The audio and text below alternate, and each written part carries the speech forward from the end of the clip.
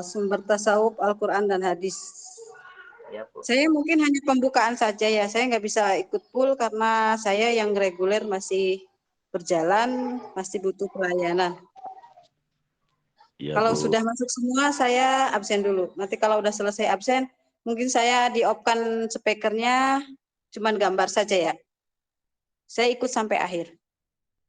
Cuman nggak ada, mungkin saya nggak banyak komentar. Baik, baik Ibu. Siap. Ya, Bu. Kita tunggu berapa menit lagi nih, karena kan ini 2 kelompok ya, waktunya kan cuman sebentar ya. Atau bisa dimulai aja sambil jalan. Ya, sambil jalan aja, Bu. Oke, Kasihan yang ibu-ibu mau masak. iya betul. Sama, saya juga mau masak. Oke, dimulai dari kelompok 3. Sistemnya gini aja ya, pemaparan dulu, kelompok 3 pertama dulu, terus disambung lagi kelompok 4, baru nanti tanya jawabnya semua, biar cepat selesai ya. Oh iya, Bu. Biar jangan satu-satu, jangan satu pemaparan, terus satu tanya jawab, jangan nanti lama.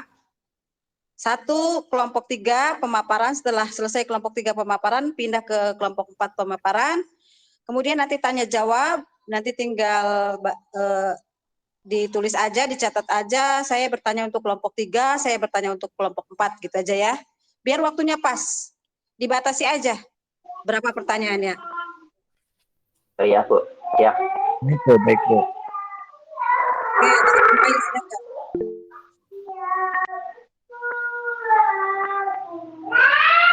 Bisa dimulai Bu.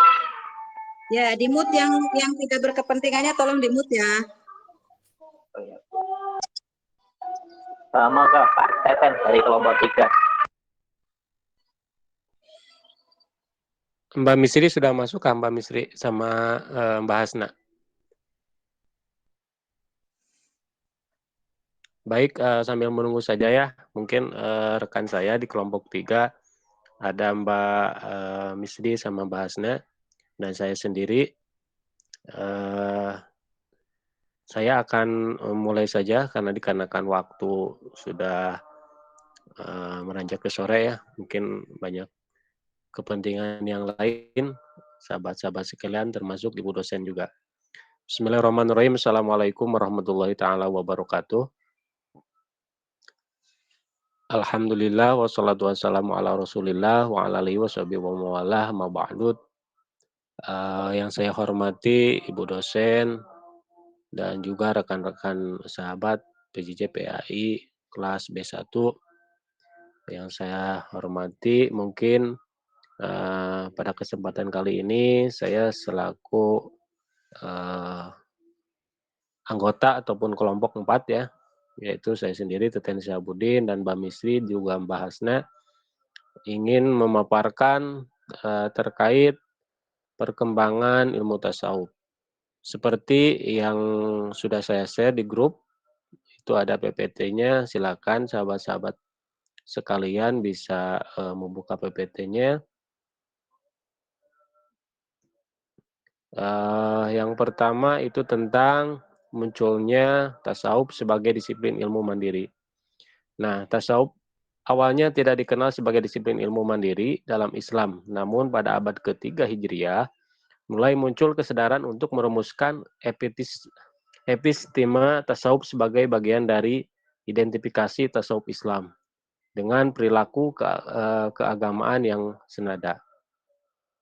Seterusnya pada halaman berikutnya itu tentang dikotomi fikih tasawuf. Nah, perkembangan tasawuf mengakibatkan terpisahnya objek kajian, metode, dan tujuan antara fikih dan tasawuf. Nah, tasawuf mulai dipersepsikan sebagai ilmu yang memuat tema-tema sufistik dan aspek-aspek eksoteris, sedangkan fikih lebih terkait dengan hukum-hukum syariat yang eksplisit. Nah, begitu ya. Jadi seputar hukum-hukum syariat yang eksplisit itu lebih kepada fikihnya, sedangkan tasawuf itu lebih kepada aspek-aspek eksoterisnya, gitu. Untuk selanjutnya di slide berikutnya itu tentang paradigma tasawuf yang berkembang. Nah, berkembangnya paradigma tasawuf menghasilkan pendekatan yang moderat, mencoba melakukan kompromi antara dimensi esoteris dengan eksoteris. Maaf, esoteris dengan eksoteris maksud saya. Serta munculnya pendekatan yang lebih radikal seperti Syad yang menekankan relasi antara Tuhan dan manusia. Begitu. Nah, untuk slide berikutnya tentang makna tasawuf dalam sejarah Islam. Tasawuf diakui sebagai cabang ilmu yang memiliki kekhasan tersendiri selain dari filsafat dan ilmu kalam. Kemunculannya dipicu oleh reaksi terhadap kehidupan hedonis dan berkembangan teologi yang cenderung kering dari aspek moral spiritual. Dan seterusnya, slide berikutnya boleh dibaca tentang klasifikasi dan corak tasawuf itu sendiri bagaimana. Nah, untuk tasawuf diklasifikasikan menjadi tasawuf ada beberapa ya. Ada menjadi tasawuf amali atau praktis dan tasawuf nazari atau teoritis. Ada juga pembagian antara tasawuf sunni atau yang membatasi diri pada dalil nakli.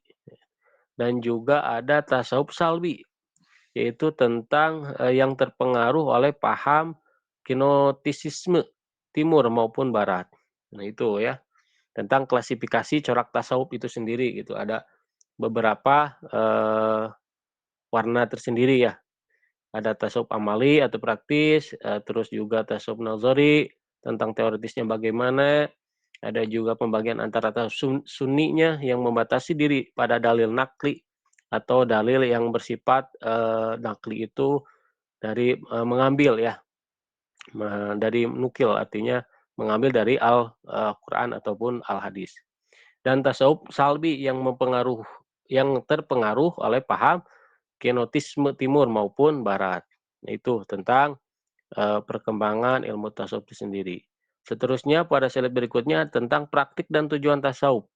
Praktik kesupian melibatkan disiplin spiritual untuk mencapai kesucian jiwa dengan tingkatan-tingkatan spiritual yang digambarkan sebagai makom atau stasiun dan akhwal atau state. Nah, tujuan utamanya adalah mencapai kesadaran akan komunikasi langsung antara ruh manusia dengan Allah. Begitu ya. Nah, seterusnya untuk benih tasawuf dalam kehidupan Nabi dan para sahabat. Nah, benih-benih tasawuf ini memang sudah ada dalam kehidupan Nabi Muhammad SAW dan para sahabatnya yang terlibat dalam praktik ibadah dan pribadi mereka. Seperti berkhalwat di Gua Hiro. Berkhalwat itu menyendiri ya, menyendiri di Gua Hiro. Itu yang dilakukan oleh Nabi pada waktu itu dan diikuti oleh para sahabatnya. Nah, begitu. Untuk slide berikutnya itu tentang periode tabi'in dan pengaruhnya. Nah, setelah periode para sahabat di zaman Nabi itu sudah berlalu, muncullah periode tabi'in yang diwarnai oleh perubahan sosial dan politik yang mempengaruhi perkembangan kehidupan beragama, termasuk munculnya kelompok-kelompok seperti Bani Umayyah, kaum Syiah, Khawarij, Muhajirin, dan lain sebagainya.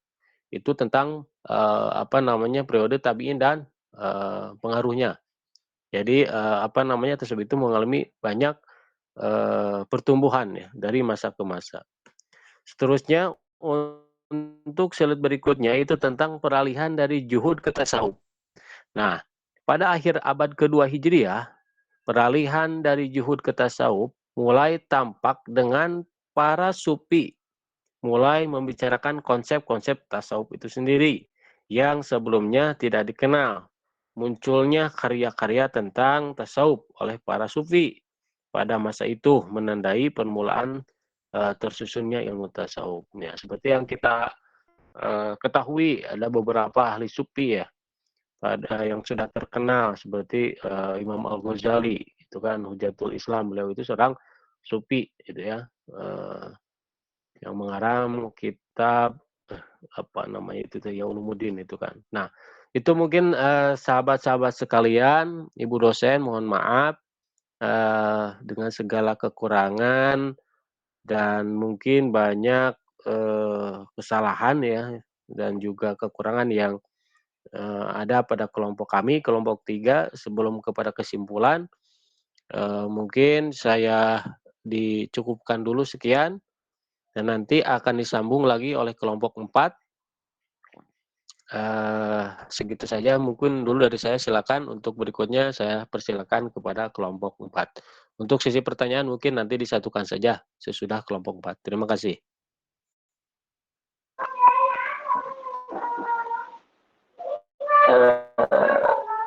Saya lanjut sebelumnya.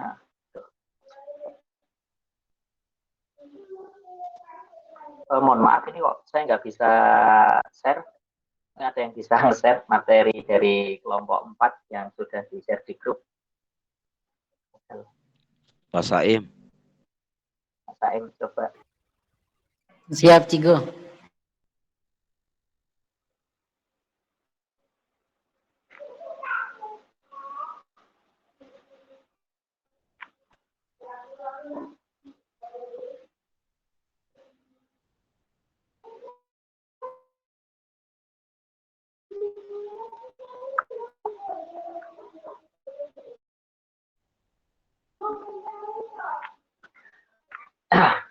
Assalamualaikum warahmatullahi wabarakatuh. Izinkan kami dari kelompok 4 untuk menjelaskan sumber tasawuf dalam Al-Quran maupun hadis. Kita tahu yang namanya Al-Quran dan juga hadis merupakan sumber pokok dalam agama Islam ini. Dan untuk ilmu tasawuf pun juga ada sumber-sumber yang ambil dari Al-Quran maupun dari Al-Hadis.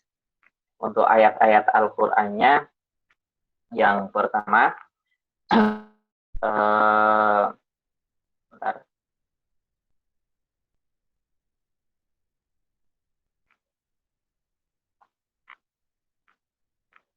Sebelumnya, untuk pengenalan tentang tasawuf sendiri, bisa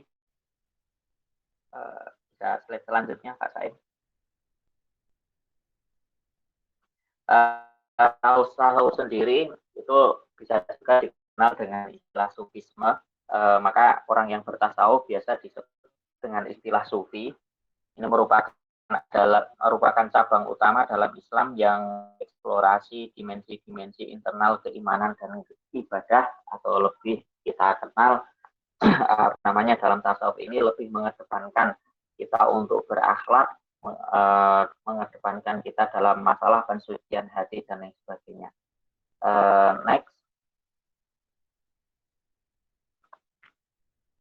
Kemudian sumber tasawuf yang akan kita bahas di sini itu sumber yang berasal dari Al-Quran hadis dan juga yang berasal dari Al-Quran maupun yang berasal dari hadis. Untuk yang pertama dari Al-Quran yang kami temukan, pertama dari surat An-Nahl ayat 80.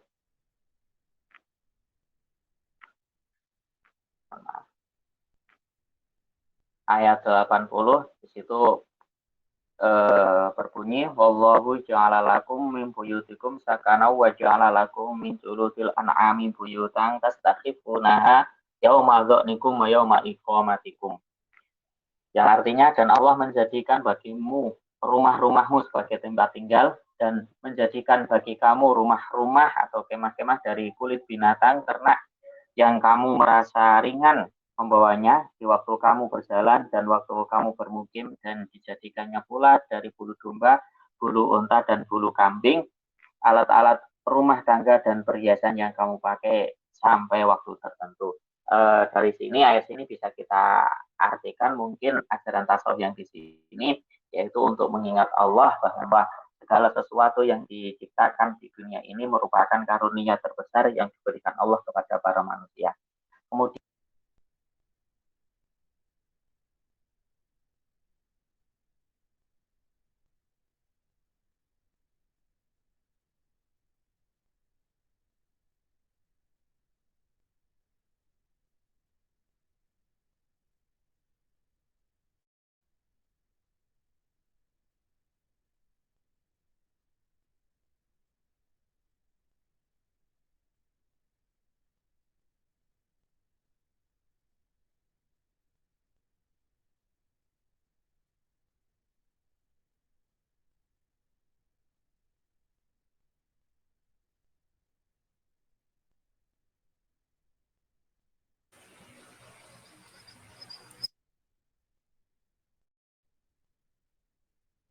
Ini macet kenapa ya?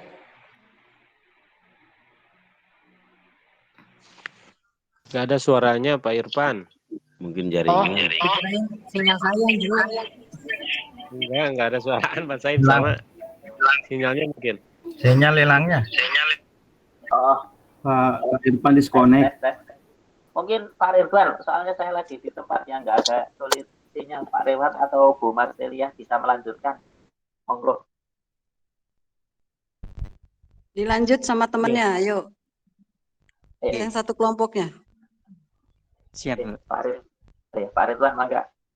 Ya. Bismillahirrahmanirrahim. Kita kembali dalam pembahasan sumber tasawuf. Yaitu yang pertama, tasawuf bersumber dari Al-Quran. Tadi yang pertama terdapat dalam Quran surat An-Nahl ayat 80. Selanjutnya, pada Quran surat Al-Ahzab ayat 41 sampai 42. Yang berbunyi, Ya ayyuhalladzina amanu dzkurullaha dzikran katsira wasabbihuhu bukratan wa asila. Yang artinya adalah, wahai orang-orang yang beriman, ingatlah kepada Allah dengan mengingat namanya sebanyak-banyaknya dan bertasbihlah kepadanya pada waktu pagi dan petang. Dalam ayat ini dijelaskan bahwasanya kita sebagai orang yang beriman diperintahkan oleh Allah untuk mengingatnya. Tidak hanya sekedar mengingat, tapi mengingatnya sebanyak-banyaknya. Untuk apa mengingat sebanyak-banyaknya? Agar tercipta hubungan yang kuat antara hamba dengan Robnya. Dan selanjutnya kita diperintahkan untuk bertasbih. Tasbih untuk mensucikan Allah. Di antara faedah mensucikan Allah itu agar hati kita itu juga bersih. Diperintahkan pada waktu pagi dan petang. Kenapa diperintahkan pada waktu pagi dan petang? Karena pagi itu adalah waktu kita memulai beraktivitas dan petang adalah waktu yang biasanya kita beristirahat dari aktivitas. Ini mengisyaratkan bahwasanya kita itu diperintahkan untuk mengingat Allah mulai dari kita memulai aktivitas sampai akhir kita melakukan aktivitas. Intinya kita disuruh untuk mengingat Allah setiap saat. Selanjutnya, dalam surat Al-Baqarah ayat 115. Walillahil masyriq wal maghrib fa aynama tuwallu fa thamma wajhullah. Innallaha wasi'un alim. Yang artinya, dan milik Allah timur dan barat. Kemanapun kamu menghadap, di sanalah wajah Allah. Sungguh Allah maha luas, maha mengetahui. Dari ayat ini kita diberi pelajaran bahwasanya segala sesuatu, segala arah, segala yang ada di dunia ini adalah milik Allah. Arah barat, arah timur, arah selatan, arah utara, arah bawah, atas, semuanya adalah milik Allah. Dan kemanapun kita menuju, di situ ada wajhullah. Apa maksudnya wajhullah? Wajhullah di sini tidak dimaknai secara hakikat, tapi dimaknai secara majas. Yang dikehendaki wajhullah di sini, nah ini ulama tafsir ada dua penafsiran. Ulama yang pertama mengatakan yang dimaksud wajhullah adalah kiblat. Kemudian pendapat yang kedua, yang dikehendaki wajhullah adalah ridho Allah. Selanjutnya di sini ada berita bahwasanya innallaha wasi'un alim. Allah itu maha luas dan maha mengetahui segala sesuatu yang kita kerjakan, baik di waktu sendirian atau di keramaian, itu diketahui oleh Allah Subhanahu wa taala, sehingga kita diperintahkan untuk menjaga amal kita. Jangan sampai amal kita itu membuat Allah murka. Selanjutnya dalam surat Al-Qaf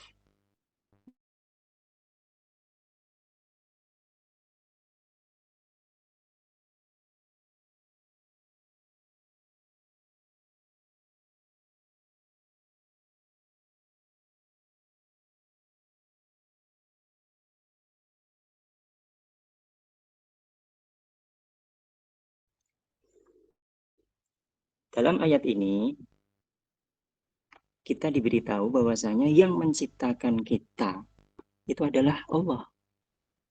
Sehingga semestinya kita itu tunduk dan patuh pada Allah dan selalu mengingat Allah. Dan Allah maha mengetahui apa saja yang ada dalam hati kita. Apa yang terbesit dalam hati kita itu Allah tahu. Di sini dikatakan, dan kami lebih dekat kepadanya daripada urat lehernya. Nah, ulama tafsir ini ada beberapa penafsiran menurut ulama tafsir. Yang pertama, yang dikehendaki lebih dekat daripada urat lehernya ini adalah malaikat. Maksudnya malaikat itu sangat dekat dengan manusia. Malaikat pencatat amal, yaitu Raqib Atid. Ada juga yang menafsiri dekat di sini maksudnya adalah ilmullah. Ilmunya Allah itu dekat dengan kita. Artinya Allah tahu secara detail tentang kita. Sampai mendalam. Sampai terbesit, sampai apapun yang terbesit dalam hati itu Allah tahu. Terus yang terakhir, surat Al-Imran. Qul in kuntum tuhibbunallaha fattabi'uni yuhibbukumullahu wa yaghfir lakum dzunubakum wallahu ghafurur rahim. Katakanlah wahai Muhammad, jika kamu mencintai Allah, ikutilah aku. Niscaya Allah mencintaimu dan mengampuni dosa-dosamu. Allah Maha Pengampun, Maha Penyayang. Nah, dalam ayat ini kita itu diberitahu atau diuji seberapa besar kecintaan kita kepada Allah. Bukti kalau kita benar-benar cinta kepada Allah itu kalau kita juga mencintai Nabi. Patuh dan taat dengan arahan-arahan baginda Nabi. Kalau cinta kita kepada Allah itu benar, konkret, maka apa? Allah akan mengampuni dosa-dosa kita. Karena Allah Maha Pengampun dan Maha Penyayang. Itulah diantara sumber tasawuf yang berasal dari Al-Quran. Selanjutnya, sumber tasawuf dari hadis. Yang pertama, hadis riwayat Muslim dari Sayyidina Abu Hurairah. Rasulullah bersabda, Allah berfirman, aku menurut prasangka hambaku pada diriku, dan aku besertanya dikala ia menyebut asmaku. Apabila ia menyebutku pada dirinya secara sirri, secara sembunyi-sembunyi, maka aku pun akan menyebutnya dengan sembunyi-sembunyi, secara rahasia. Andai dia menyebutku di suatu perkumpulan, maka aku pun akan menyebutnya pada suatu perkumpulan yang lebih baik, yakni perkumpulannya para malaikat, majelis malaikat. Nama kita akan disebut oleh Allah di kalangan para malaikat. Dan andai kata ia mendekat kepadaku dengan sejengkal, maka aku akan menyambutnya dengan satu hasta. Selanjutnya, bila ia mendekat kepadaku satu hasta, satu ziro ya, satu elo itu satu ziro.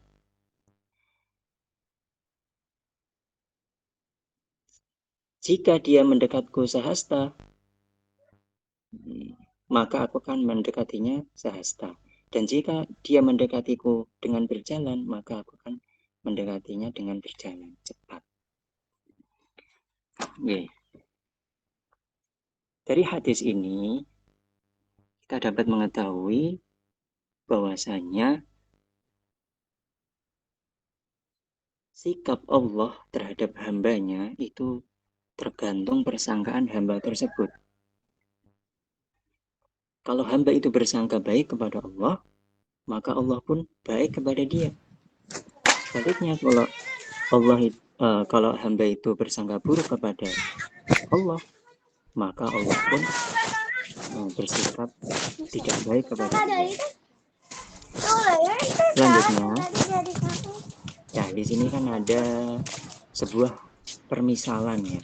Kalau seorang hamba itu mendekat dengan Allah sejengkal, maka Allah pun mendekat dengan sejengkal. Kalau dia mendekat dengan sejengkal, maka Allah akan mendekatnya dengan sehasta. Kalau dia mendekatinya dengan berjalan, maka Allah akan mendekatinya dengan lari cepat. Ingat, hadis ini tidak dimaknai secara harfiah, tidak dimaknai secara hakikat, tapi secara majas. Karena mustahil Allah itu lari, melangkah, itu mustahil bagi Allah. Yang ditandai di sini adalah makna majas, maksudnya adalah rahmat Allah itu begitu dekat kepada seorang hamba. Semakin hamba itu berusaha mendekatkan diri kepada Allah, maka Allah lebih sigap, lebih sekat, lebih cepat memberikan rahmat kepada hamba tersebut. Selanjutnya hadis qudsi, kuntu kanzan makhfiyan fa'uhibtu an u'rafa fa khalaqtul khalq fa ahbabtu an a'rifu fa ahbabtu an u'rafa fa khalaqtul khalqa fabi uruqi fabi arafuni. Maaf, ini tulisannya di laptop itu kecil, kurang terlihat. Artinya adalah aku adalah perbendaharaan yang tersembunyi. Aku rindu untuk dikenal. Maka aku ciptakan makhluk. Lalu aku berkata, lalu berkat aku mereka mengenalku. Hadis ini pun juga sebuah majas. Pada hakikatnya Allah itu tidak butuh pada makhluk. Makhluklah yang butuh kepada Allah. Lalu maksud dari hadis ini apa? Maksud dari hadis ini adalah sebuah motivasi bagi seorang hamba. Jika ingin mengenal Tuhannya, ketahuilah bahwasanya Allah sangat ingin sekali dikenal oleh hamba tersebut. Terus yang terakhir adalah man arafa nafsahu faqad arafa rabbahu.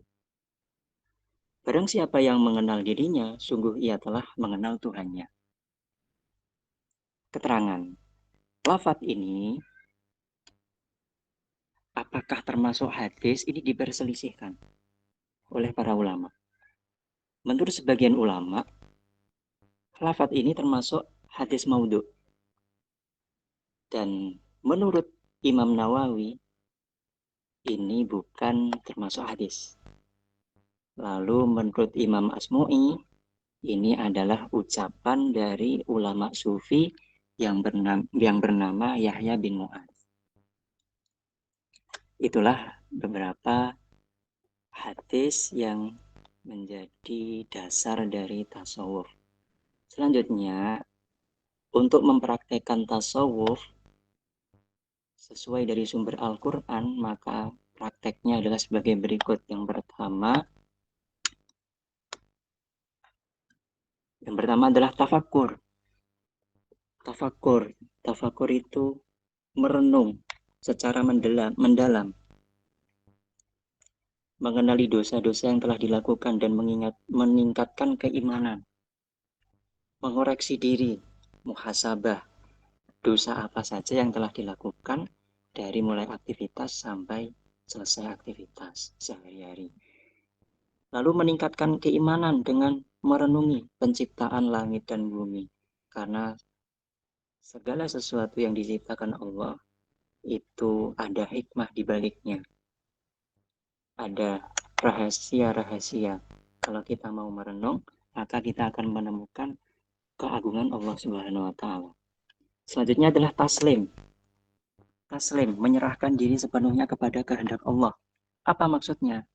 Maksudnya taslim di sini adalah tunduk, patuh terhadap syariat yang dibebankan kepada kita. Syariat dari Allah yang dibebankan kepada kita.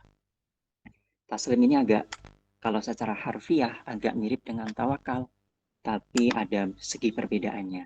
Kalau taslim itu lebih ke arah tunduk terhadap syariat, aturan syariat. Oke. Selanjutnya, contoh praktik tasawuf dalam hadis. Pertama, zikir, ingat kepada Allah. Zikir dengan tafakur, nah ada bedanya. Kalau tafakur itu ingat, tapi dengan perenungan yang dalam. Sedangkan kalau zikir itu sudah cukup dikatakan zikir dengan mengingat Allah, mengucapkan tasbihat, dan sebagainya. Selanjutnya, tawakal. Tawakal yaitu memasrahkan urusan kepada Allah. Perlu diingat, konsep tawakal bukan berarti harus kita tidak mau usaha, kita meninggalkan usaha, bukan seperti itu. Tapi tawakal adalah kita berusaha semaksimal mungkin, lalu hasilnya dipasrahkan kepada Allah. Itulah yang dinamakan tawakal. Ya, yang terakhir adalah ittiba. Ittiba yaitu mengikuti arahan-arahan dari baginda Nabi Muhammad SAW, mengikuti cara hidup beliau mulai dari bangun tidur sampai tidur lagi, sunnah-sunnahnya dikerjakan semuanya. Oke, baiklah, itu sekilas tentang sumber tasawuf yang berasal dari Al-Quran dan hadis beserta cara mengimplementasikannya atau cara mempraktekannya, yaitu diwujudkan dengan tafakur, taslim, zikir, tawakal, dan ittiba. Oke, cukup sekian dari kami kelompok 4. Tentu penjelasan dari kami masih banyak kekurangannya dan kami sebesar-besarnya minta maaf. Sekian dari kami. Assalamualaikum warahmatullahi wabarakatuh. Masya Allah. Waalaikumsalam warahmatullahi taala wabarakatuh. Terima kasih kepada Pak Irfan dan juga Pak Ridwan. Mohon izin saya ambil alih untuk moderatornya ya, agar tersusun dan juga lebih cepat lagi ya. Nah, itu untuk materi dari kelompok 3 dan kelompok 4. Silakan dikaji kembali PPT-nya, dan barangkali ada sahabat-sahabat yang ingin menanyakan terkait materi kelompok 3 dan kelompok 4, silahkan acungkan tangan. Mungkin kami beri batasi dulu ya, batasi dengan 3 penanya dulu agar bisa terkoordinir ya. Jadi 3 penanya mau ke kelompok siapa, nanti nanyanya boleh ditunjukkan. Nah, nanti sudah 3 penanya baru akan kami jawab dari kelompok 3 dan 4. Silakan untuk sahabat yang ingin menanyakan atau mungkin malah ingin menambahkan, silakan. atau malah menyanggah dari PPT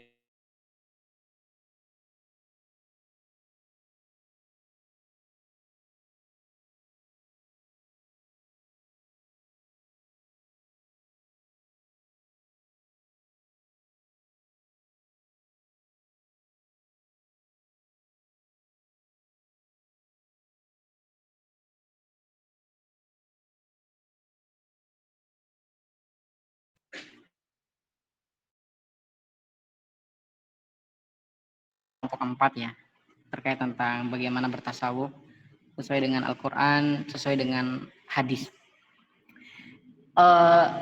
Dalam penuturan Al-Farslan, ketika Islam datang, ia tidak hanya sekedar membawa ajaran ritual belaka, tetapi juga sekaligus membawa konsep-konsep yang akan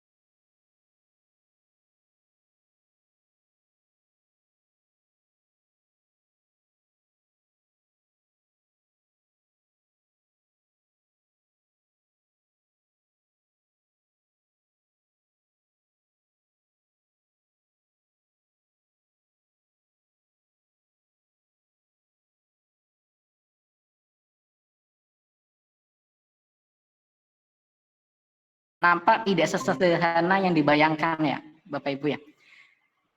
Maka dalam perjalanannya justru banyak terjadi polemik, perdebatan tentang bagaimana cara mengekspresikan perasaan itu dalam sejarah intelektual Islam, baik dari ahlu zohir, ahlu asar, ataupun ahlu batin.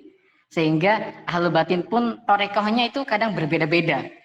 Karena itu ini menarik sekali untuk didiskusikan terkait tentang materi tadi, bagaimana sebenarnya konsep mahabbah ini dalam tradisi Islam. Kira-kira demikian. Mohon tanggapannya. Terima kasih. Kira-kira ya itu aja. Terima kasih semuanya.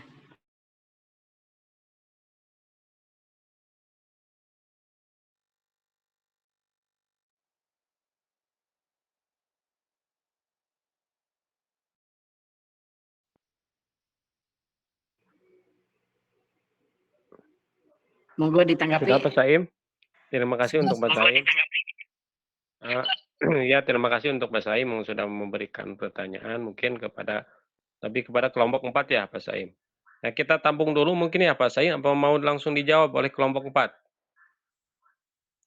Kita tamu saja dulu mungkin 3 penanya ya. Gimana? Setuju nggak kalau begitu?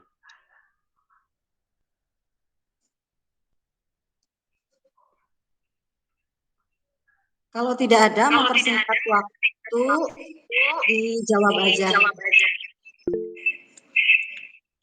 Kita sampai jam berapa ya?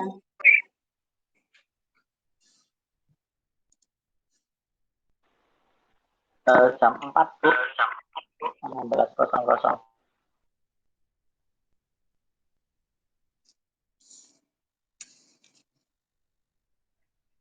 Pak Ali sudah mengangkat tangan ya Pak Ali? Ya, izin bertanya. Yang pertama Silakan, Pak Ali. untuk kelompok 3. Tadi dijelaskan bahwa tasawuf itu klasifikasinya ada amali, kemudian nazari, sunni, dan salbi yang terpengaruh oleh paham gnostisme atau dari timur maupun barat. Itu untuk tasawuf salbi itu contohnya seperti apa? Itu yang contoh yang terpengaruh oleh timur maupun barat. Itu pertama untuk kelompok 3, kemudian untuk kelompok 4. Untuk kelompok 4. Ya. Di sini saya baca tentang rasa rindu kepada Allah itu seperti contoh wali majdub. Wali majdub adalah kekasih Allah yang telah mendapat kekhususan yang ia ditarik ke dalam kecintaan murni kepada Allah Subhanahu wa taala. Bahkan wali majdub itu seperti orang mabuk dan terlihat tak waras meskipun berada di tengah-tengah banyak orang. Apakah itu juga termasuk sufi? Dari kelompok 4 mohon tanggapannya. Itu saja dari saya, 2 pertanyaan.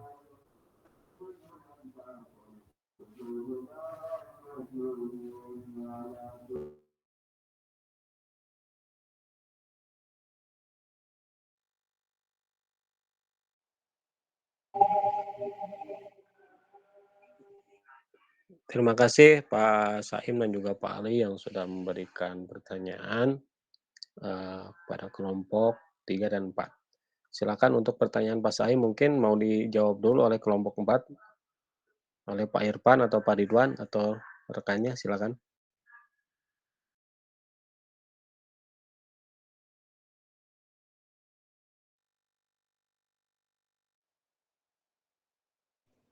Oke, izin menjawab. Bisa didengar ya suara saya ya? Bisa Pak, bisa. Bisa Pak, bisa Pak.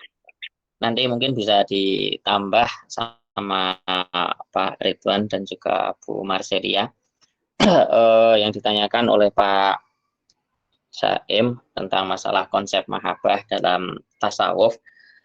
Setahu saya masalah mahabbah itu pertama kali, walaupun bahasanya itu sudah ada sejak di Al-Quran ataupun di dalam hadis, tapi pertama kali yang lebih menonjolkan tentang konsep mahabbah itu seorang sufi perempuan, yaitu Robiah Al-Adawiyah, kalau nggak salah seperti itu. Nanti mohon untuk diluruskan kalau ada kesalahan. Konsep mahabbah dalam Islam itu menurut pendapat saya ini sebenarnya proses yang simpel. Cinta kepada Allah itu pokoknya ada sebuah maqalah innal muhib yu'til habib, yang artinya pokoknya seorang pencinta itu ikut kepada yang dicintai. Konsep sederhananya mahabbah kepada Allah yaitu berarti kita taat kepada Allah. Konsep sederhananya ya kita menjalankan perintah, menjauhi larangan.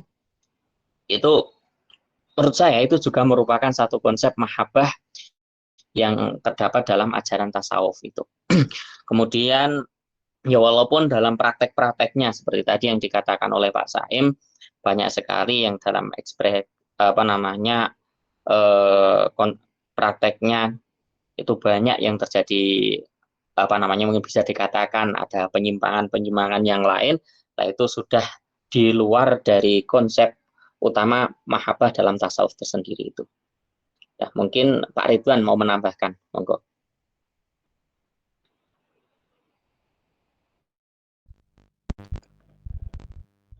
Oke, bismillahirrahmanirrahim. Untuk konsep mahabbahnya seperti yang dijelaskan oleh Pak Irfan tadi, mahabbah itu merupakan ungkapan rasa cinta dari seorang hamba kepada Tuhannya. Diungkapkan melalui apa? Diungkapkan melalui sikap hatinya. Dia hanya beramal ikhlas mata-mata karena Allah, tidak mensekutukannya. Itu merupakan wujud dari mahabbah dari hati. Kalau mahabbah dari diwujudkan dalam perbuatan, yaitu tindak lakunya itu sesuai dengan syariat, tidak melakukan perkara-perkara yang melanggar syariat.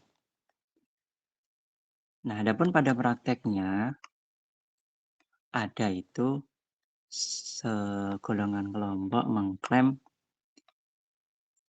bahwa mereka itu melakukan konsep mahabbah, akan tetapi ternyata pada kenyataannya itu yang dilakukan justru bertentangan dengan syariat. Lalu bagaimana kita menyikapinya? Nah, ini ada kaitannya dengan pertanyaannya Pak Ali tadi tentang wali masjid tadi. Jadi seorang manusia ketika dia berusaha mendekatkan diri kepada Allah, ada orang-orang khusus tertentu. Dia itu mengalami fase di mana dia ditampakkan keagungan Allah Subhanahu wa taala. Sampai-sampai terlihat dia itu kayak orang gila, nggak normal. Perilakunya nggak normal. Nah, bagaimana menyikapi orang tersebut? Yang pertama, kita menyikapinya secara dohir. Kalau yang dia lakukan itu menyalahi syariat, ya perbuatannya salah. Adapun secara batin, ya kita serahkan pada Allah. Karena kalau wali masjid itu memang dia yang dia rasakan itu tindak lakunya menurut dia itu sudah sesuai dalam kesadaran dia itu sedang bermabuk cinta dengan Allah tanpa dia sadari dia melakukan perkara yang sebenarnya melanggar syariat, tapi dia melakukan pelanggaran syariat itu nggak sadar karena gara-gara dia lagi di fase mabuk cinta itu. Ya secara batin, secara hubungan dia dengan Allah dia nggak salah, tapi secara dohir perbuatan kita, secara dohir, secara perbuatannya, ya kita hukumi salah karena melanggar syariat. Ya ada juga orang itu pura-pura jadi wali masjid. Ngaku-ngaku sebagai wali masjid. Padahal sebenarnya itu dia lagi sadar. Tapi pura-pura jadi wali masjid.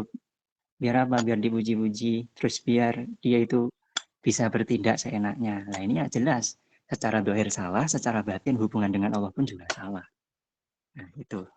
Sekian dari penjelasan saya. Mungkin kalau perlu ditanyakan lagi silahkan. Sudah jelas, alhamdulillah. Terima kasih Bapak sekalian. Terima kasih pada Pak Ustadz Irfan dan juga Pak Ustadz Ridwan yang telah memaparkan pertanyaan dari Pak Ustadz Saim seputar tasawuf ya. Nah, untuk pertanyaan kedua Pak Ali itu tentang apa tadi Pak Ali? Tentang tasawuf salafi ya? Maksud saya itu maaf itu tasawuf salafi itu ya maksudnya. Yang mudah terpengaruh oleh nuansa budaya timur dan nuansa budaya barat. Nah, mungkin saya ingin mencoba menjawab pertanyaan dari Pak Ali untuk kelompok 3. Nah, nanti boleh rekan saya Bahasna ataupun Mbak Misri yang menambahkan atau mungkin sahabat-sahabat juga yang lain ikut menambahkan seputar pertanyaan dari Pak Ali. Nah, yang dimaksud oleh tasawuf salafi ini adalah di mana ilmu-ilmu tasawuf yang sekarang atau yang modernisasi banyak terpengaruhi oleh budaya timur dan barat yang lebih kepada hal-hal yang mistis. Misalkan ada seseorang yang berniat ingin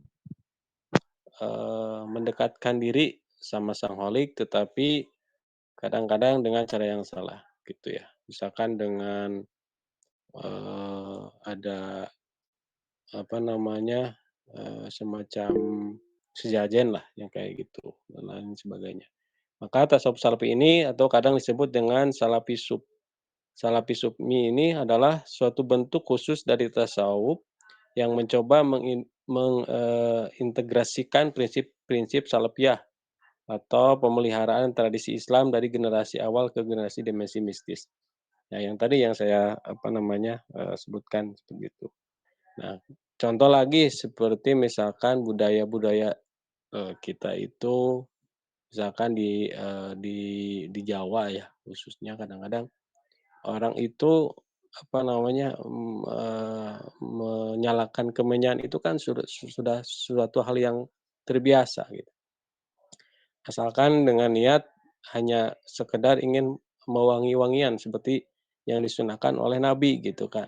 Karena Nabi tidak menjelaskan jenis wangian itu sendiri, tetapi dengan jangan secara global bahwa disunahkan untuk memakai wangi-wangian. Maka orang-orang Jawa pada khususnya dan saya pun di sini kadang-kadang orang Sunda pun masih ada yang memakai kemenyan ketika misalkan ada syukuran apa. Tapi karena niatnya yang tadi itu ya innamal a'malu binniyat, sesuatu hal itu kan tergantung niatnya, itu kan ya boleh-boleh saja gitu. Nah mungkin itu sedikitlah pemaparan dari saya, mohon maaf mungkin agak belibet penjelasannya Pak Ali. Nah yang lain boleh memaparkan secara jelas boleh silakan Mbak Hasna ataupun Mbak Misri kelompok saya atau makan mungkin Pak Ustadz Ridwan, Pak Ustadz Saim atau Pak Ustadz Irfan boleh juga menambahkan. Sekian mungkin dari saya. Silakan untuk yang lainnya.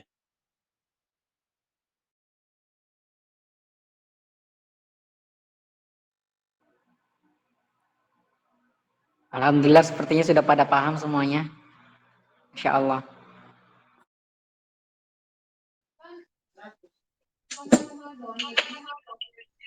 Gimana?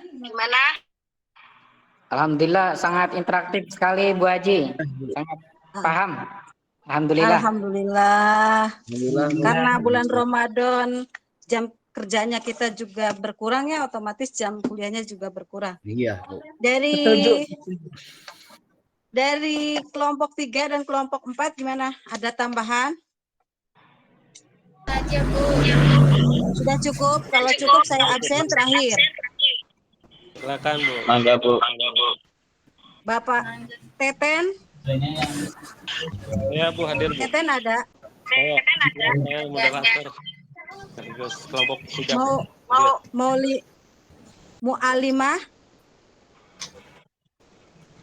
Mu'alimah ada? Nggak ada ya. Budi? Tadi ada Bu, mohon maaf Bu. Tadi Bu Mualimah ada. Mungkin kendala Bu sinyal Mu'alimah kali ya, Bu. ada. Budi ada Budi? Dasep? Dasep ada? Bu. Ada Bu Toto? hadir. Marcelia? Ada. Mia? Mia Mia ada? keluar Bu. Atas Nia, nama Nia keluar. Oh keluar. Sudah Iya. tidak kuliah lagi? Iya Ibu. Oke. Aldi? Ada Aldi? Ada Bu, ada. Ai? Muhammad Miftahudin? Ada Bu. Muhammad Miftahudin?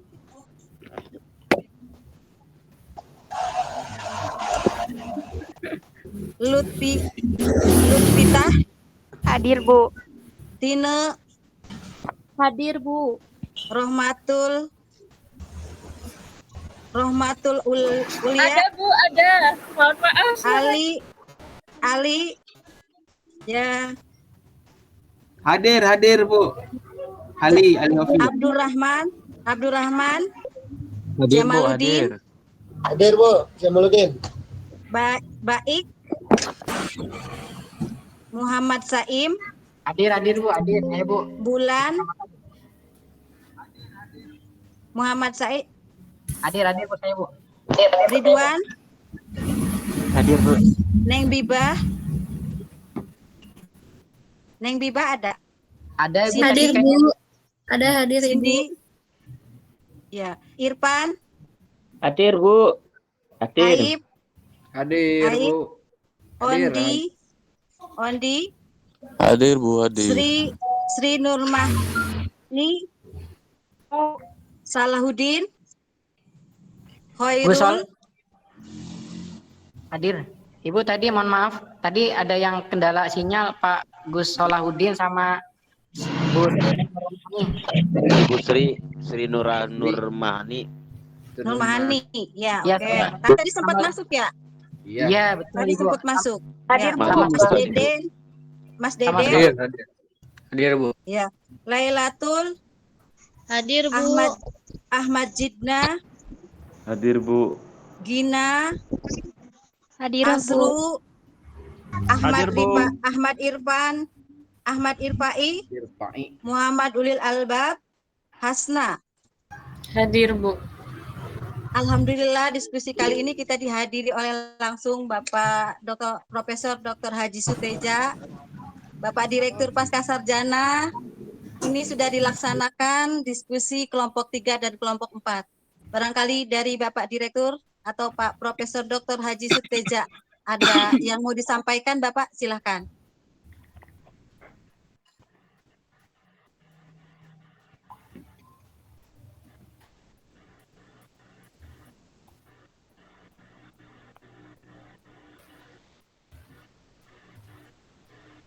Sepertinya Bapak sedang ada tamu ya. Sepertinya Bapak sedang ada tamu. Assalamualaikum. Oh iya. Bisa dengar suara saya? Iya, Pak. Aib. Bisa, Pak. Iya, Pak. Bu Laila, Bu Misri, Pak Ibu Cindy, Pak Irfan, Pak Saim. Iya, Pak.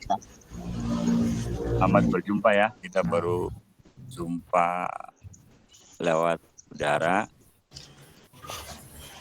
Ya. Dan tahu kelas mana saya pernah berjumpa, tapi waktu itu saya masih di paket kerja. Lagi ya, awal sekali tuh ya, awal pertemuan. Ini masih pada puasa ya? Alhamdulillah saum, Pak.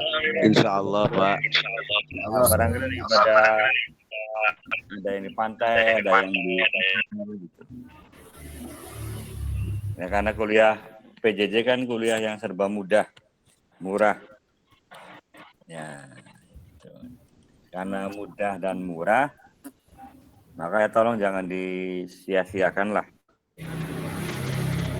Biar tambah kesini nilainya tambah bagus, gitu kan.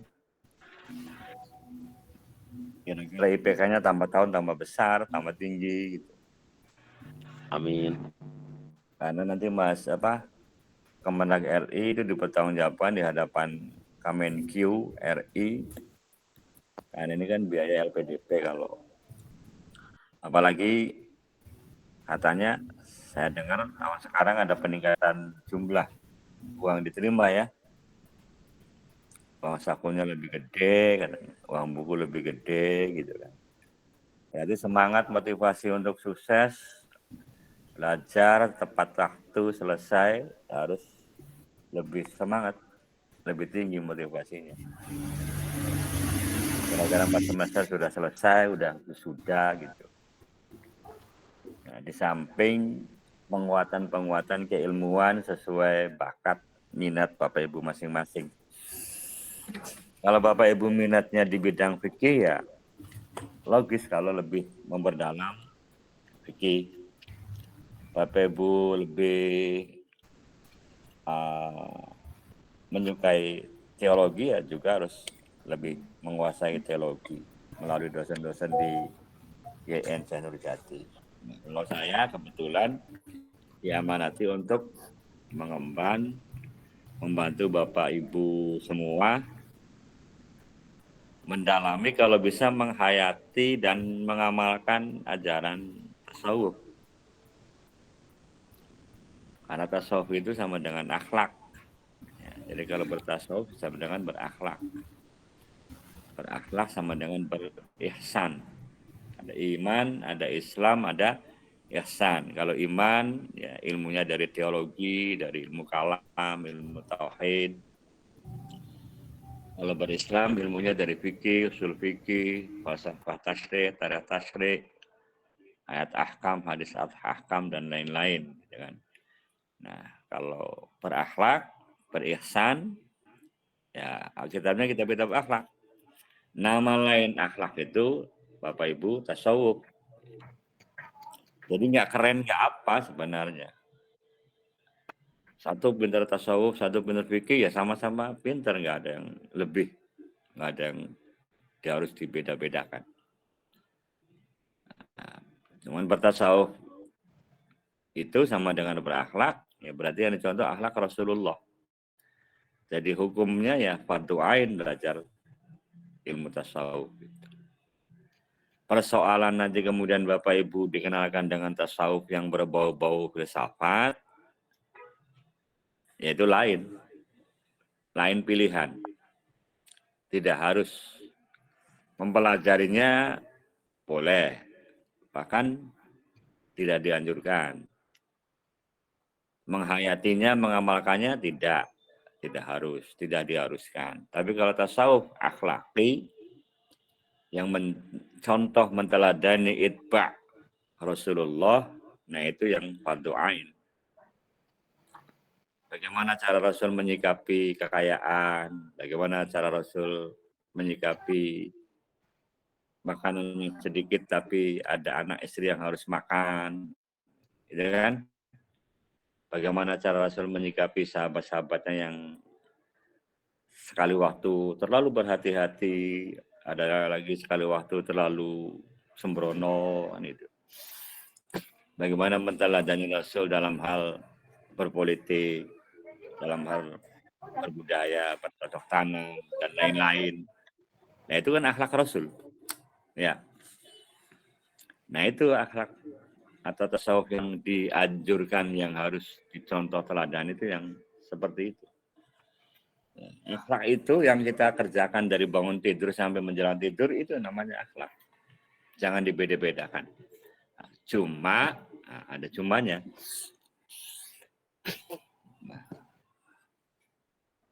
Karena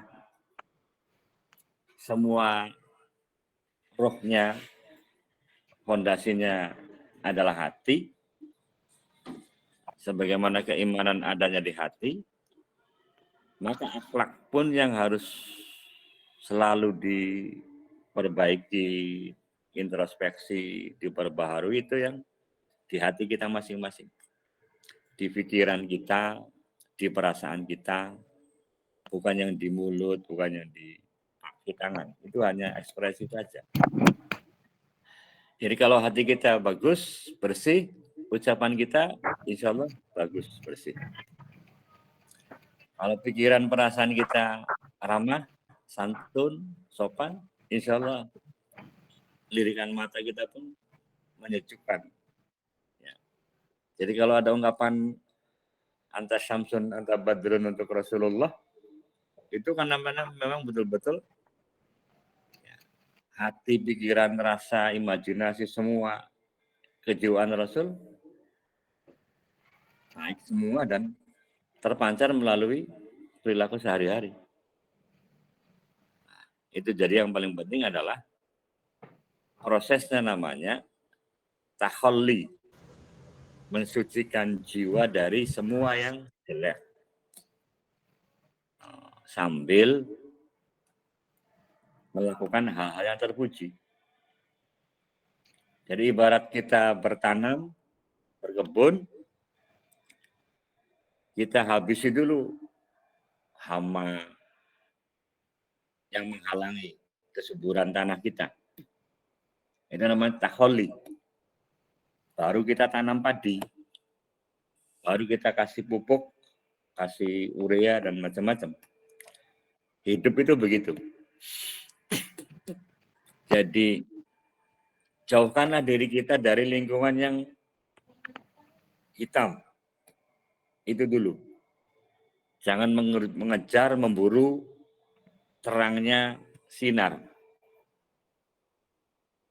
Karena di dalam sinar juga ada kegelapan. Dalam hal berilmu, nawaitu dan perilaku kita, buang dulu kebodohan, baru akan dapat sesuatu. Jangan mengejar ilmu, tapi bodohnya belum dibuang. Nah, gitu, kata Kiai begitu. Karena di dunia ini banyak orang alim tapi bodoh. Nah, tasawuf itu punya terminologi bodoh itu bukan bodoh intelektual, tapi bodoh spiritual. Karena bahasa Arabnya jahlun. Jahiliyah itu bukan bodoh intelektual, tapi bodoh spiritual. Kalau bodoh intelektual, bahasa Arabnya balidun, bukan jahilun. Nah, balidun, bodoh intelektual, zakiyun, cerdas intelektual. Tapi kalau bodoh spiritual, jahilun, jahiliyah. Cerdas spiritual, fatonah. Makanya sifat wajib Rasul itu fatonah, bukan zakiyah. Fatonah, ya. Makanya kalau bikin lagu bukan fatonah, itu nggak enak. Yang enak itu zakiyah, gitu kan? Tahu nggak? Albar yang nyanyi, Muhammad Albar. Albar itu salah satu dari 9 Habib turunan Rasul di Indonesia. Albar, Alatas. Itu selingannya. Jadi Bapak Ibu,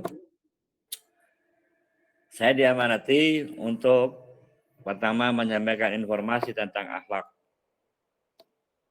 dari perspektif para ulama salafus saleh. Syukur-syukur bisa dihayati, diamalkan bareng-bareng, belajar benar bareng-bareng. Dan terakhir yang saya sampaikan, bertasawuf itu sama dengan beriman, sama dengan berislam, sama dengan berihsan. Hukumnya fardu ain.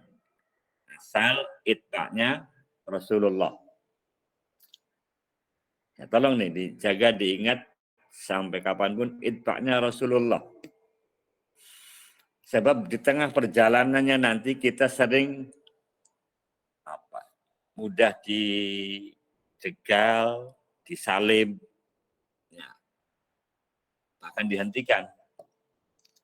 Kita dari awal itba'nya Rasul, tapi di tengah jalan, di tengah perjalanan, di ujung-ujung perjalanan, bahkan naudzubillah, yang kita itba' justru bukan Rasul, tapi guru kita, kiai kita, wali, dan lain-lain. Paham nggak? Ya. Ya kita sering kan lihat orang dakwah ceramah sunnah Rasul, mencintai Rasul, tapi ujung-ujungnya yang ngomongnya yang benar dicintai. Ya, seperti saya ini ngomong harus itba' Rasul. Bapak ini harus itba' Rasul. Pak Dasep harus itba' Rasul. Pak Asri harus itba' Rasul. Tapi dibalik omongan saya harus diikuti. Nah itu yang namanya di tengah jalan di salib sama setan. Ya, jadi ketelitiannya sampai situ bertasawuf. Ketika kita ngomong ibadah, sedekah, jangan sampai Bapak, Ibu, Pak Jamal misalkan di kelas ngomong anak-anak rajin sedekah ya, iya. Dari hatinya sedekah yang paling utama tuh kepada orang alim. Orang alim tuh saya. Nah, itu jangan sampai begitu Pak Jamal, hatinya tuh. Itu yang sulitnya ngaji akhlak itu di situ. Bersihkan pribadi masing-masing. Muhasabah itu paling sulit. Ya, jangan sampailah. Zuhud itu di hati bukan di perilaku. Ya. Ketimbang kita berpenampilan miskin, lusuh, tapi hati kita berharap disayang, disantuni orang, mendingan kita punya penampilan borju, tapi tidak berharap disantuni makhluk. Itu ajaran Imam Asy-Syadzali. Imam Asy-Syadzali itu punya rumahnya kayak istana, ya, Pembantu rumah tangganya ada 40 orang, garis-garis cantik. Setiap jalan pakai kereta, ditarik kuda. Bajunya bagus-bagus. Ditanya sama santrinya, diprotes. Syekh, sampean kan guru sufi, wali kutub. Oh, pakaiannya mewah, rumahnya mewah, kayak istana, pembantunya banyak, makanannya lezat-lezat. Iya, kata Syekh. Kenapa saya berbuat demikian? Saya ingin baju saya, rumah saya, pakaian saya berkata kepada dunia, jangan santuni saya. Kalau kita orang miskin, pakai baju sengaja disobek-sobek, dilusuh-lusuh, dan ada tulisannya itu, santuni saya, Mas Jamal. Sehingga kalau Lebaran mengharapkan kiriman dari wali murid. Nah itu, dari situ dulu belajar tasawuf zuhud tuh. Kok bener, Pak? Kita. Gimana? Kok bener? Ya bener lah. Saya juga pernah jadi guru madrasah dulu. Tapi saya dari kecil mendidik diri begitu. Nggak tahu karena, padahal nggak diajari saya, tapi saya begitu. Karena melihat ketika orang sudah mau dikirim, dihadiahi, dikirim voucher, itu nggak bisa leluasa. Lidahnya keluh. Ya kan? Bapak Ibu di daerah pedalaman gitu kan. Ada tokoh kasih voucher, kasih hadiah, diterima. Jatuhnya ngasih lagi, terima lagi. Dua-duanya ternyata mengharapkan Pak Jamal atau Pak Dasep atau Pak Toto jadi menantu mereka. Ayo, apa yang dilakukan Pak Toto? Nolak yang satu, nggak enak sama yang satu, menerima yang satu. Akhirnya apa? Dia pengaruh tidak zuhud di dunia sudah jelas. Apalagi di akhirat. Nah, makanya daripada bermasalah di tengah jalan, jangan pernah berharap, terutama materi, kepada siapapun. Ya, kalau soal mapan ekonomi, materi, mandiri, itu sudah sejarahnya banyak. Tokoh-tokoh besar itu mandiri berekonomi paling cepat umur 40, 50 tahun. Nah, makanya bagi guru-guru Pak Bu Cindi, Bu Mia, Bu Zulfa, yang masih muda-muda, nggak usah berharap terlalu muluk mapan ekonomi kalau masih belum umur 50 tahun. Apalagi guru-guru yang belum sertifikasi. Apalagi Bapak Ibu belum S1 ya. Nah itu. Jadi fokus ilmu dulu, nanti al ilmu yajlibur rizqa, gitu kan. Kaidahnya gitu. Al ilmu yajlibur rizqa. Ilmu itu yang menarik rezeki. Nah, cuman Bapak Ibu jangan batasi rezeki itu harus bentuknya uang. Padahal yang dibutuhkan orang hidup tidak hanya uang kan. Ada tetangga, ada saudara, ada kesehatan, ada keadilan, kemakmuran, ketenangan, kedamaian, air, udara, matahari itu semua rezeki. Uang hanya bagian kecil saja dari rezeki. Yang paling penting rezeki itu sumber daya manusia. Jangan sumber daya natural, alam. Oke, itu sekilas. Yang paling penting hidup itu, zuhud itu dalam hal kekayaan. Yang kedua, zuhud dalam hal jabatan, status sosial. Ya. Yang ketiga, zuhud dalam hal apa? Perempuan. Atau yang belum punya perempuan atau yang sudah. Tapi bagi para guru, saya nitip, terutama guru agama, apalagi agama Islam, jangan selamitan lah. Ngerti selamitan nggak? Mas Cirebon bilang selamitan. Ngerti. Siapa yang dengar? Siapa yang ngerti? Saya ngerti Pak Prof. Ya, apa selamitan tuh? Dikit-dikit minta, dikit-dikit minta. Dikit-dikit minta sama murid. Lumayanan gitu. Mereka ngasih 1.000 diterima. Ngasih 100 diterima. Itu lumayanan. Tapi kalau selamitan, kalau selamatan itu bagus. Sering memberi orang ya. Kalau selamitan, kebalikannya. Dikit-dikit, anak-anak patungannya. Pak Guru mau beli kacamata. Punten. Itu kan. Kadang-kadang patungannya, Pak Guru mau beli kopi ya. Belum lebaran, nah gitu, selamit sebenarnya. Ya. Ada, jangan lumayanan, jangan selamitan. Zuhud itu gitu aja. Persoalan orang ngirim ngasih, terima saja, jangan ditolak. Ditolak nanti menyakiti. Tapi hati kita jangan berharap dikirim. Itu loh. Kalau hati berharap dikirim, malah nanti nggak ada yang ngirim sama sekali. Coba buktikan omongan saya ya, 2-3 hari nih, laporan. Cara mempraktekkan tasawuf itu begitu. Dulu mursyid saya ngajari begitu. Dulu saya pernah dicoba gini, praktek zuhud itu.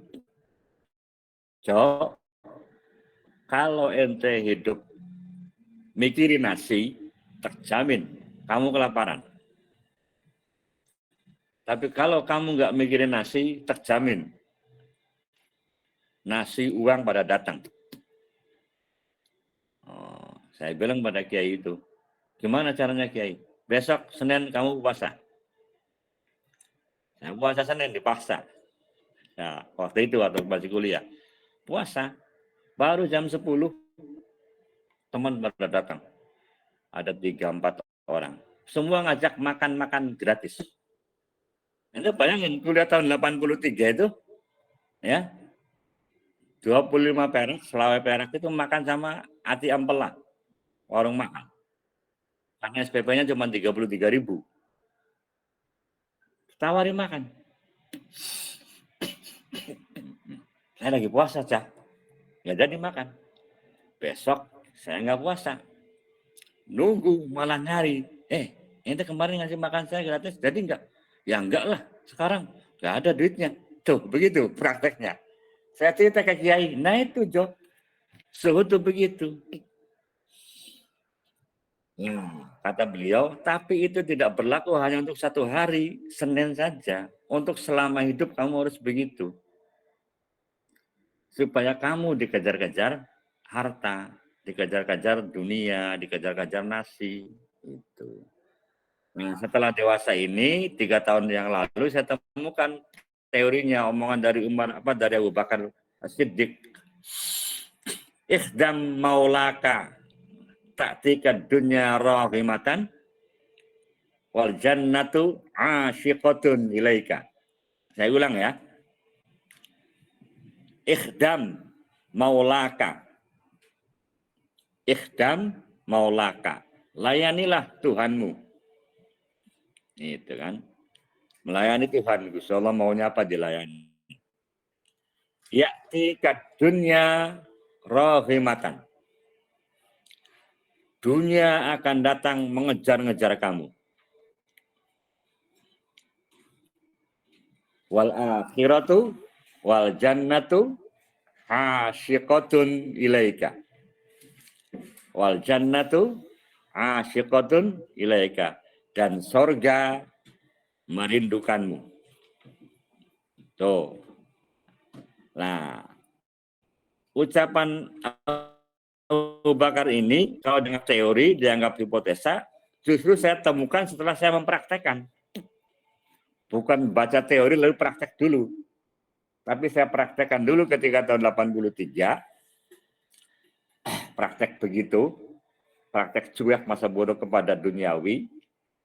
Nah, kemudian teorinya, ucapan Abu Bakar itu saya dapatkan dalam sebuah kitab di tahun 2020-an. Jadi praktek dulu. Nah, makanya di tasawuf itu ada istilah ilmu yakin, ainul yakin, hakul yakin, hakikatul yakin. Tapi saya selama di pesantren hakul yakin dulu. Nggak ngerti teorinya apa, pokoknya kata Kiai kalau sholat harus jamaah, nurut. Habis sholat harus daras Quran sekira-kira sebulan, khatam, nurut. Kalau lagi belajar, lagi sekolah, lagi pesantren, tidak boleh batal wudhu, nurut. Harus sering puasa Senin Kemis, nurut. Itu saja. Teorinya sampai sekarang nggak ngerti. Hadisnya juga nggak tahu. Nah itu di tasawuf begitu. Praktek dulu, dikuatkan dengan teori. Sama dengan Nabi Musa praktek dulu. Nabi Ibrahim praktek dulu cari Tuhan tuh. Ya, Nabi Ismail praktek dulu disembelih, dikorbankan. Bikin kapal, perahu. Nabi Ibrahim praktek dulu dibakar, baru diterangkan. Gitu Pak.